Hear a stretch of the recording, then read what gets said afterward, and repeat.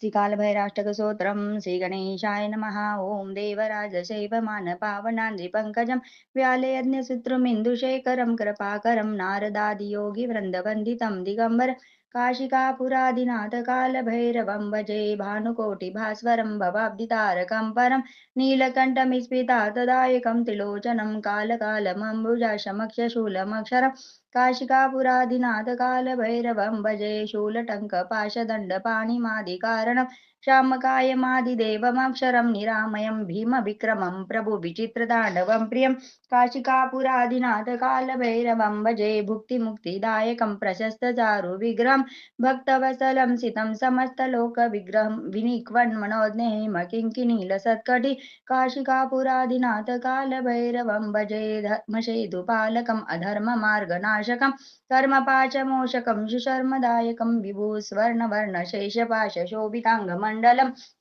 काशिकापुरादिनाथकालभैरवं भजे रत्नपादुका प्रभाभिरामपादयुग्मकं नित्यमद्वितीयमिष्टदैवतं निरञ्जनं मृत्युदर्पनाशनं करालदष्टमोक्षणं काशिकापुरादिनाथकालभैरवं भजे अट्टहसभिन्नपद्मजाण्डकोशि सन्तति दृष्टिपातनष्टपापजालमग्नशासनम् अष्टसिद्धिदायकं कपालमालिकन्धरं काशिकापुरादिनाथकालभैरवं भजे भूतसङ्गनायकं विशालकीर्तिदायकं काशीवासलोकपुण्यपापशोधकं विभुनितिमार्गकोविदं पुरातनं जगत्पति काशिकापुरादिनाथकालभैरवं भजे कालभैरवाष्टकं पठन्ति ये मनोहरं ज्ञानमुक्तिसाधनं विचित्रपुण्यवर्धनं शोकमोहदैन्यलोभकोपतापनाशनं ते प्रयन्ति कालभैरवाङ्घ्रिसन्निद्रुहम् इति श्रीमच्छङ्कराचार्यविरचितं कालभैरवाष्टकं सम्पूर्णम्।